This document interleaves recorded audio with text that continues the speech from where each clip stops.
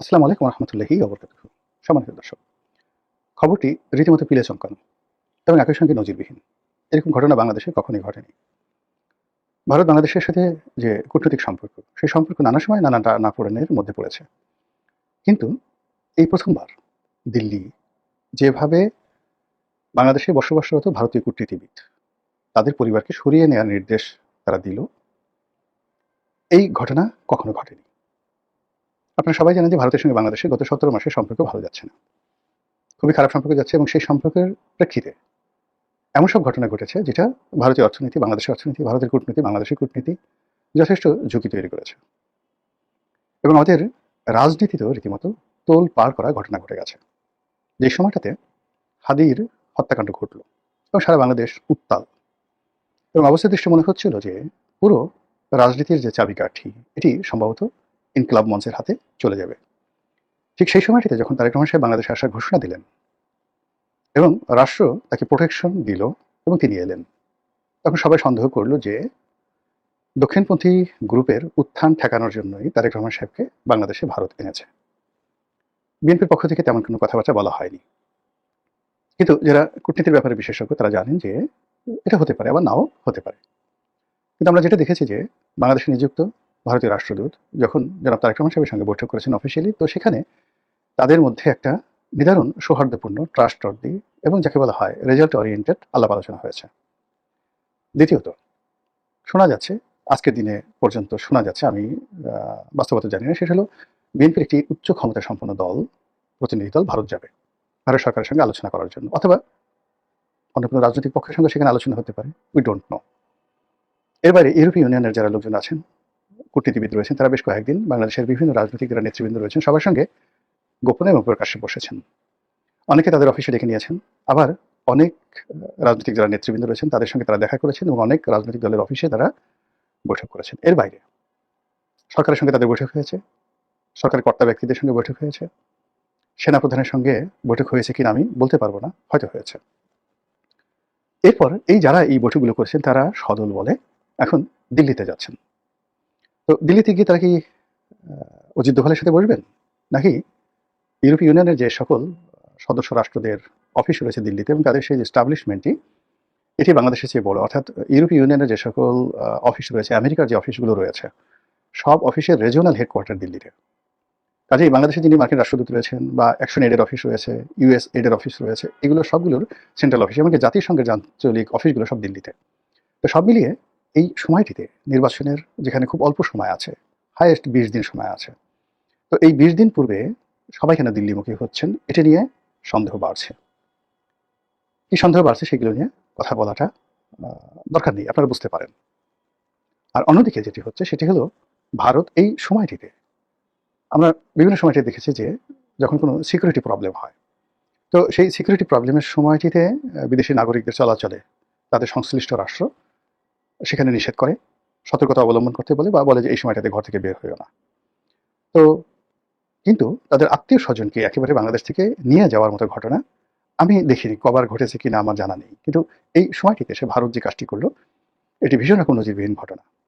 এই ঘটনার পেছনে নানা রকম আপনার সাংকেতিক বিষয়াদি থাকতে পারে। আপনারা জানেন যে বেশ কয়েকবার ভারতীয় রাষ্ট্রদূতের কার্যালয়, ভারতীয় ভিসা সেন্টার, এখানে ঠিক লোকজন ছুটে যাওয়ার চেষ্টা করেছে, আক্রমণ হয়েছে বা হয়নি এটা বলবো না, ভারতীয় দূতাবাস ঘেরাও করার চেষ্টা করা হয়েছে। এটা ভারত সরকারের পক্ষ থেকে একটা থ্রেট। একাধিকবার ভারতীয় রাষ্ট্রদূতকে আমাদের পররাষ্ট্র মন্ত্রণালয়ে ডেকে পাঠানো হয়েছে, আবার নজিরবিহীনভাবে বাংলাদেশের রাষ্ট্রদূতকে একাধিকবার দিল্লিতে ডেকে পাঠানো হয়েছে। নজিরবিহীন ঘটনা। আমরা জানি যে বাংলাদেশে রয়ের একটা বিরাট পদচারণা রয়েছে এবং এই বাংলাদেশে ভারতের সেনাবাহিনী, ভারতের বিমান বাহিনী, ভারতের পুলিশ বাহিনী, ভারতের রাজনীতিবিদ, তারপর ভারতের গোয়েন্দা সংস্থাগুলো, তাদের একটা ওয়াইড রেঞ্জের কানেক্টিভিটি রয়েছে। ব্যক্তিগত পর্যায়ে সম্পর্ক রয়েছে অনেক রাজনীতিবিদ, আমলা কামলা, ব্যবসায়ী, সবার সঙ্গে। আবার রাষ্ট্রীয় পর্যায়ে তাদের সম্পর্ক রয়েছে। আপনারা জানেন যে ডক্টর মোহাম্মদ ইউনূস সরকারের সঙ্গে ভারতের সম্পর্ক খুব খারাপ, কিন্তু তারপরেও ভারতীয় সেনাপ্রধানের সঙ্গে আমাদের সেনাপ্রধানের নিয়মিত যোগাযোগ হয়, ভারতের বিমান বাহিনী প্রধানের সঙ্গে বাংলাদেশ বিমান বাহিনী প্রধানের নিয়মিত যোগাযোগ হয়, নৌবাহিনীর প্রধানের সঙ্গে নিয়মিত যোগাযোগ হয়। পররাষ্ট্র মন্ত্রণালয়ের যে ডেস্কগুলো রয়েছে, ইন্ডিয়ান ডেস্কগুলো রয়েছে, সাউথ এশিয়ান ডেস্কগুলো রয়েছে, সেই ডেস্কের কর্তা ব্যক্তিদের সঙ্গে ভারতীয় কর্তা ব্যক্তিদের যোগাযোগ হয়, অজিত দোভালের সঙ্গে আমাদের নিরাপত্তা উপদেষ্টার যোগাযোগ হয়, ইত্যাদি অনেক কিছু। এই কাজগুলো তারা করে। ফলে এখানে ব্যক্তিগত যে বিষয়গুলো রয়েছে, কারোর সঙ্গে যদি ব্যক্তিগত নারাজি থাকে, সম্পর্ক খারাপ থাকে, সেই বিষয়গুলো ভিন্নতর বিষয়। কিন্তু ভারত গত ১৭ মাসে কিন্তু তার যোগাযোগটা তারা ঠিকই রক্ষা করে চলেছে এবং বাংলাদেশও করে চলেছে এবং এখনো পর্যন্ত ভারত আমাদের বড় ট্রেড পার্টনার। আমরা ভারত থেকেই চাল, ডাল, আটা, ময়দা, চিনি, তরকারি যা কিছু বলেন, এমনকি ওই যাকে বলে নেশা-টেশা যা কিছু আছে সেগুলো ভারত থেকে আমদানি করা হয়। সীমান্ত চোরাচালান কিন্তু ওইভাবে বন্ধ হয়নি। তো সেই দিক থেকে ভারতে বাংলাদেশের বৃহত্তম রাজনৈতিক দল আওয়ামী লীগের সব নিউক্লিয়াসগুলো, কর্তা ব্যক্তিগুলো আছে, তারা ভারতে আশ্রয় নিয়ে আছেন। শেখ হাসিনা ভারতের রাজকীয় মেহমান হিসেবে আছেন, ওখানে বসে তিনি যা ইচ্ছে তাই করতে পারছেন। এর বাইরে ভারত প্রকাশ্যে আওয়ামী লীগকে সমর্থন জানাচ্ছে, শেখ হাসিনাকে নিরাপত্তা দিচ্ছে এবং শেখ হাসিনা এবং আওয়ামী লীগকে বাংলাদেশে প্রতিষ্ঠা করার জন্য তারা সর্বোচ্চ চেষ্টা করছে। তো যেই কাজ শুধু ওয়াশিংটন থেকে বসে লোক পাঠিয়ে বা তাদের নিজস্ব এজেন্ট যারা সিআইএ বাংলাদেশে করতে পেরেছে বলে বা করেছে বলে যে অভিযোগ আছে, সেই ডিপ স্টেট যেটা ইমরান খান বলেছিলেন ডোনাল্ড ট্রাম্পের মাধ্যমে, সেই কাজগুলো আমাদের জুলাই আগস্টে বা তারও আগের থেকে আমেরিকা করেছে। তো সেই কাজগুলো এখন বলতে গেলে ওপেন সিক্রেট। তো এই কাজগুলো যদি তারা করতে পারে তাহলে হোয়াই নট ভারত পারবে না কেন? ভারত এখানে ইতিবাচক অনেক কাজ করতে পারে, নেতিবাচক অনেক কাজ করতে পারে এবং এজন্য ভারত বিরোধী যারা শক্তি আছে তারা ভারতের বিরুদ্ধে রাজপথে নামতে চায়, ভারত মুক্ত করতে চায়, ভারত ব্যতিরিক একটি স্বাধীন সার্বভৌম রাষ্ট্র গঠন করতে চায়। তো সেক্ষেত্রে নির্বাচনের মাত্র ২০ দিন আগে ভারত যে তাদের কূটনীতিবিদদের স্ত্রী, পুত্র, সন্তান তাদেরকে নিরাপদে সরিয়ে নিচ্ছে, এখানে কি ভারত কোনো অপ্রত্যাশিত কিছু ঘটাতে চাচ্ছে, করতে চাচ্ছে ভারতের পক্ষ থেকে? নাকি তাদের কাছে কোনো গোয়েন্দা তথ্য আছে যে বাংলাদেশে এরকম একটা পরিস্থিতি তৈরি হবে যেখানে সমস্ত রাগ ক্রোধ গিয়ে ভারতীয় কূটনীতিবিদ যারা আছেন, ভারতীয় ব্যবসায়ী যারা রয়েছেন তাদের উপর গিয়ে পড়বে এবং ওখানে যাতে ক্যাজুয়ালিটি কম হয় এই জন্য তারা শিশু, নারী থেকে শুরু করে পরিবারের নিরীহ যারা নন ডিপ্লোম্যাটিক মেম্বার রয়েছেন তাদেরকে সরিয়ে নেওয়া হয়েছে। ঘটনা যাই হোক না কেন, এটি আলোচনার দাবি রাখে, এটি নিয়ে আতঙ্কিত হওয়ার যথেষ্ট কারণ আছে এবং এই ঘটনা একটা মন্দ নজির তৈরি করে ফেলেছে।